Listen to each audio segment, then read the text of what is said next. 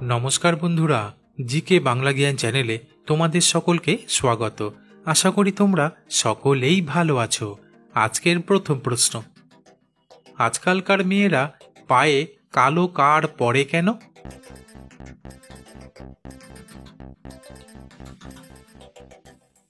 উত্তরটি হলো, আসলে কালো সুতোকে শুভ লক্ষণ এবং নেতিবাচক শক্তি থেকে রক্ষাকারী প্রতীক হিসেবে ধরা হয়। তাই বেশিরভাগ মেয়েরা আজকাল পায়ে কালো সুতো বা কালো কার বাঁধতে শুরু করেছে। তাছাড়া কালো সুতো পায়ে বাঁধা এক প্রকার স্টাইলের অংশ হিসেবেও ব্যবহৃত হয়। তবে পায়ে কালো সুতো পরার কারণ একেবারেই ব্যক্তিগত এবং এটি ব্যক্তির বিশ্বাস ও সংস্কৃতির উপর নির্ভর করে। প্রশ্ন, মৃত্যুর ঠিক আগের মুহূর্তে মানুষের মধ্যে কেমন অনুভূতি দেখা দেয়?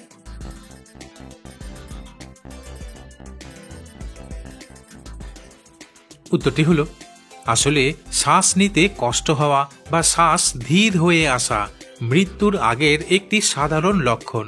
তবে অনেকের ক্ষেত্রে এটি মস্তিষ্ক ও শরীরের কার্যক্ষমতা কমে যাওয়ার কারণে ঘটে থাকে। তাছাড়া শরীরের পেশি শিথিল হয়ে যায়, শক্তি একেবারে কমে আসে। কিন্তু কিছু কিছু ক্ষেত্রে, বিশেষ করে যদি মৃত্যু কোনো রোগ বা আঘাতজনিত কারণে হয়, তখন ব্যথার অনুভূতি হতে পারে। এমনকি মৃত্যুর ঠিক আগে অনেকেই জীবনের গুরুত্বপূর্ণ মুহূর্ত বা স্মৃতিগুলো দ্রুত মনে পড়ার কথা বলে থাকে। প্রশ্ন, বাসে করে কোথাও যাওয়ার সময় অনেক মানুষেরই বমি পাওয়ার সমস্যা দেখা দেয়, কিন্তু মুখের মধ্যে কি রাখলে বমি বমি ভাব একেবারে দূর হয়ে যায়? বন্ধুরা, প্রশ্নগুলি ভালো লেগে থাকলে লাইক করে দিও।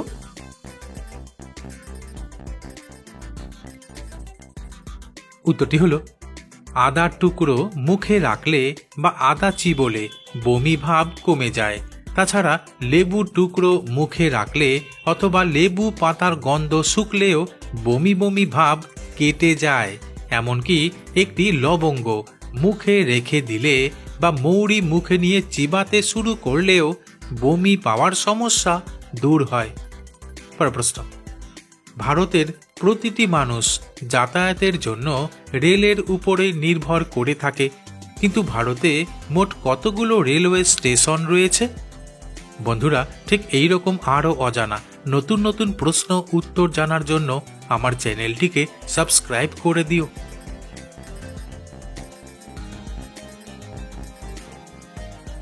উত্তরটি হলো, 2024 সালের তথ্য অনুসারে ভারতে মোট 7,000-এর বেশি রেলওয়ে স্টেশন রয়েছে এবং প্রতিটি স্টেশনে এক বা একাধিক প্ল্যাটফর্ম রয়েছে। আর এই প্ল্যাটফর্মগুলোর মোট সংখ্যা লক্ষাধিক হতে পারে। প্রশ্ন, প্রায় প্রতিটি মেয়েই নিজেকে সুন্দর দেখানোর জন্য বিভিন্ন প্রসাধন সামগ্রী ব্যবহার করে থাকে, কিন্তু শীতকালে কি ব্যবহার করা শুরু করলে মেয়েদের চেহারা সুন্দর ও আকর্ষিত হয়ে ওঠে?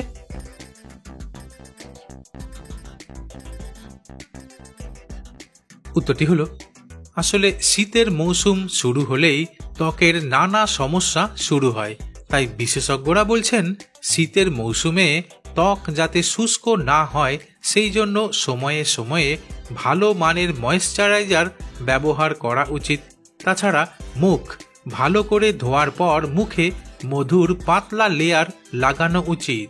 এমনকি মুখের জন্য জলপাই তেল, নারকেল তেল এবং বাদাম তেল ব্যবহার করতে হবে। তবে প্রতিদিন পর্যাপ্ত পরিমাণে জল পান করতে হবে, তাহলেই চেহারা সুন্দর ও আকর্ষিত হয়ে উঠবে। প্রশ্ন, ভাত খাওয়ার সময় নিয়মিত কাঁচা লঙ্কা খাওয়া কি ভালো?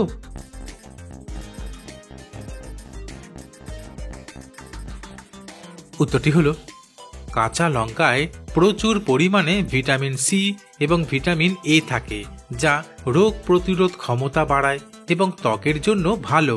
তাছাড়া কাঁচা লঙ্কায় থাকা ক্যাপসাইসিন হজম শক্তি উন্নত করতে সাহায্য করে। এমনকি কাঁচা লঙ্কায় থাকা অ্যান্টিঅক্সিডেন্ট হৃদরোগ এবং ক্যান্সারের ঝুঁকি কমাতেও সাহায্য করে। তাই নিয়মিত কাঁচা লঙ্কা খাওয়া ভালো? পরের প্রশ্ন, রাতে ঘুমানোর আগে 10টি কিশমিশ খেলে কি হয়?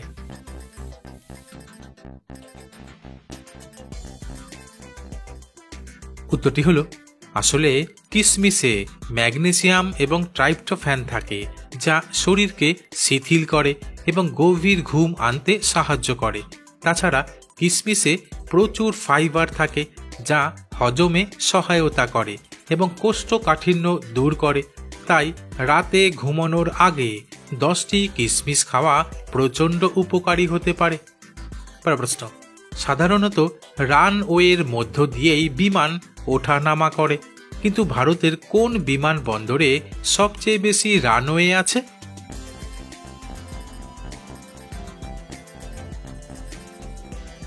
উত্তরটি হল, ভারতে সবচেয়ে বেশি রানওয়ে রয়েছে ইন্দিরা গান্ধী আন্তর্জাতিক বিমানবন্দরে, কারণ এই বিমানবন্দরে বর্তমানে 4টি কার্যকারী রানওয়ে রয়েছে। তাই ইন্দিরা গান্ধী আন্তর্জাতিক বিমানবন্দর ভারতের অন্যতম ব্যস্ততম বিমানবন্দর হিসেবে পরিচিত। প্রশ্ন, কোন দিকে পাশ ফিরে ঘুমালে রোগে আক্রান্ত হওয়ার সম্ভাবনা কমে?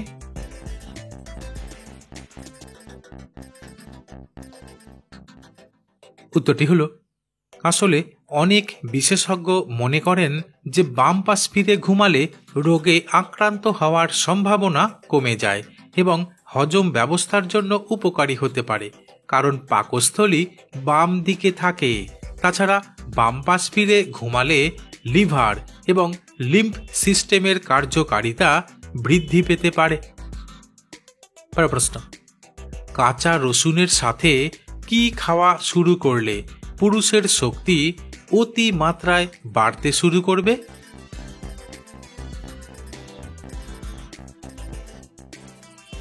উত্তরটি হল, কাঁচা রসুনের সাথে মধু ও কালো জিরা মিশিয়ে খাওয়া শুরু করলে।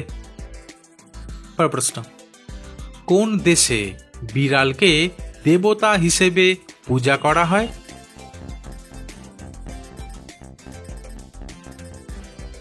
উত্তরটি হল, প্রাচীন মিশরে বিড়ালকে দেবতা হিসেবে পূজা করা হতো, কারণ মিশরীয়রা বিড়ালকে অত্যন্ত পবিত্র প্রাণী হিসেবে বিবেচনা করত এবং তাদের দেবী বাস্টেটের প্রতীক হিসেবে পূজা করত।